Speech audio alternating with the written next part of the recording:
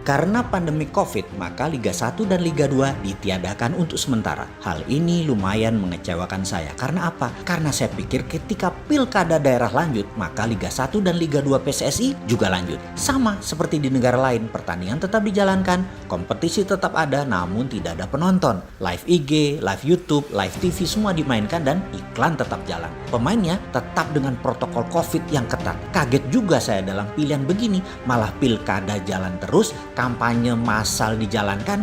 Waduh, kalau saya nih tunda 1 tahun juga bisa bos. Tapi mungkin karena kebelet, jadi ya gimana? Saya juga heran, kebelet apa sih bos? Mau jabat? Ya PN lah. Bener deh, bagi saya olahraga lebih penting. Membangun sportivitas itu lebih penting. Mempromosikan gaya hidup sehat itu penting. Membangun teamwork, diajarin teamwork itu penting. Dan bisnis adalah sport. Iklan jalan terus. Kalau politik itu memecah, memfitnah, saling menjelekkan, nanti begitu menang baru minta oposisi bergabung. Selama kampanye bising banget, tetapi sudahlah, yang berkuasa punya rencana untuk kemajuan bangsa dan keluarganya tentunya. Oke, lanjut deh. Kembali ke olahraga. Olahraga adalah bisnis besar. Liga Eropa, Liga Amerika, Liga Asia, semua main seperti biasa namun tanpa penonton. Sekali lagi pertanyaannya, mengapa harus dijalankan? Begini, gaji pemain itu besar, biaya stadion itu besar, semua mahal, besar biayanya. Sementara pendapatan klub sepak bola komposisinya sebagai berikut. Tiket penonton antara 15-20%. Kemudian dari iklan dan sponsor dapat 35-50%. Sisanya dari merchandiser. Jadi kalau kompetisi tidak dijalankan, mereka kehilangan 100%. Namun ketika dijalankan, mereka hanya kehilangan satu hal, yaitu tiket penonton nonton di stadion. Namun iklan dan merchandiser tetap besar, bisa 80%. Bahkan klub seperti MU, Juventus, Real Madrid, PSG, merchandisernya naik sampai 100% angka penjualannya ketika seragam baru diluncurkan. Kenapa? Karena para kolektor memburunya. Para kolektor tersebut mengambil serial COVID di mana mungkin 50 tahun lagi harganya menjadi sangat spesial. Karena ini special edition. Karena waktu dipanggungkan tidak ada penonton. Penontonnya nonton lewat instrumen lain seperti TV atau sosmed. Jadi liga tetap dijalankan namun tanpa penonton. Di Indonesia tidak dimainkan tapi pilkada lanjut. Sorry ya, maaf nyindir lagi. Maaf nyindir. Sorry.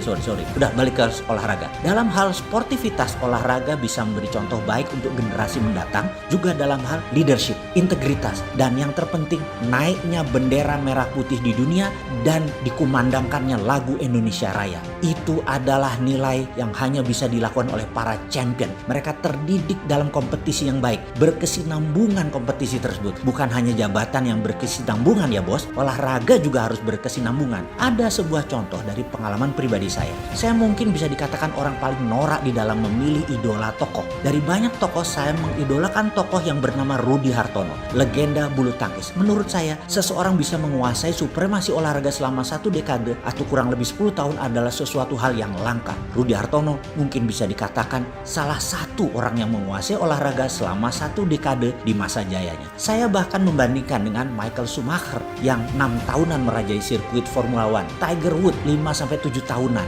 Roger Federer, petenis yang selama 7 tahunan menguasai. Mereka memang sampai 15 tahun, tapi 10 tahunnya atau dekadenya itu tidak beruntun. Memang sekali lagi mereka masih aktif di tenis, tapi bukan numero uno lagi. Tiger Woods masih main golf, tapi bukan nomor 1 lagi dalam 10 tahun ini. Rudy Hartono sejak tahun 68 pertama kali menjuari All England, dipertahankan 7 kali berturut-turut, lalu hingga akhir puncaknya di juara World Cup tahun 1980. Raja selama 12 tahun sebagai ranking 1 dunia, sehingga saya memilihnya sebagai idola olahraga saya. Karena itu dari kecil saya selalu mengikuti cerita-cerita sukses Rudy Hartono dan saya sangat ingin bertemu dengannya. Dan mungkin karena saking kuat keinginan saya kenal dengan beliau, dengan Rudy Hartono, maka pada tahun 2005 di mana Rudy Hartono sewaktu dianugerahi koin emas dari sebuah perusahaan Jerman bernama Mayer Mintz, dibuatkan acara yang menghadirkan banyak tokoh. Kebetulan saya diundang hadir dan salah satu yang hadir adalah Presiden IBF kala itu, Datuk Pans Gunalan. Setelah sesi resmi, maka ada sesi tanya jawab antara tamu dan Rudy Hartono juga rekan-rekan dari media. Saya tentunya orang yang paling tidak sabar urusan bertanya-tanya ini. Saya kala itu benar-benar kesengsem sama Rudy Hartono sehingga ribuan pertanyaan muncul di kepala saya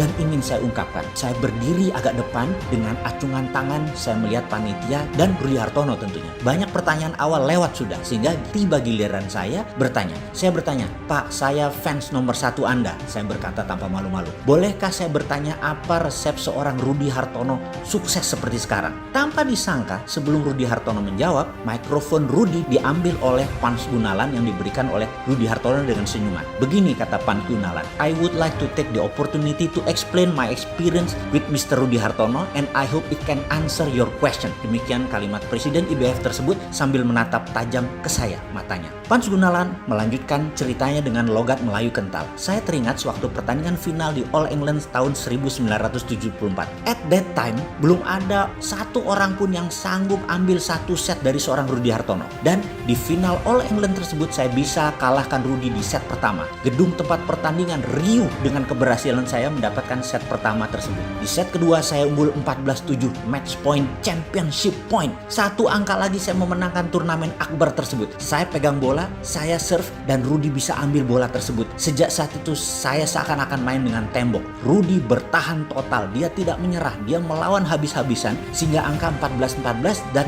jus. Akhirnya di set kedua dimenangkan oleh Rudy Hartono. Siapa yang sangka bahwa sebegitu kuat mentalnya di bawah tekanan penonton dan tekanan angka yang saya tinggal 1 poin lagi, dia memenangkan set kedua. Ketika rubber set, saya sudah mati angin, kalah kaki, seluruh tenaga saya sudah terkuras habis, saya tidak kuasa. Rudy menang 15-10. Luar biasa perlawanan final malam itu. Dan catatan olahraga pertandingan All England 1974 dikenal dengan sebagai games terbaik badminton sepanjang masa. Hingga acara penyerahan medali piala All England tersebut dan pesta meriah kemenangan waktu berjalan lewat tengah malam hingga jam 2 pagi, kami baru masuk kamar hotel untuk rehat. Saya lelah sekali dan langsung tertidur. Kamar Rudy Hartono menginap tepat di sebelah kamar saya. Jam 6 saya terbangun. Saya membuka pintu. Saya kaget alang kepala melihat Mr. Rudy Hartono sedang olahraga. Dia lagi skipping. Sudah banyak keringat. Artinya dia sudah lama melakukannya. Saya bingung. Dia baru saja juara All England malamnya. Sekarang pagi-pagi dia sudah olahraga lagi. What a standard this gentleman has. Luar biasa. He's the real champion. Mendengar penjelasan seorang yang dituakan dan dihormati seperti Datuk Pans Gunalan, Presiden IBF kala itu, semua orang berdiri dan memberikan standing ovation kepada legenda bulu tangkis maestro Rudy Hartono. Salut, dan saya semakin terkagum-kagum dengan beliau. Jadi sudah paham pentingnya berkompetisi, bos.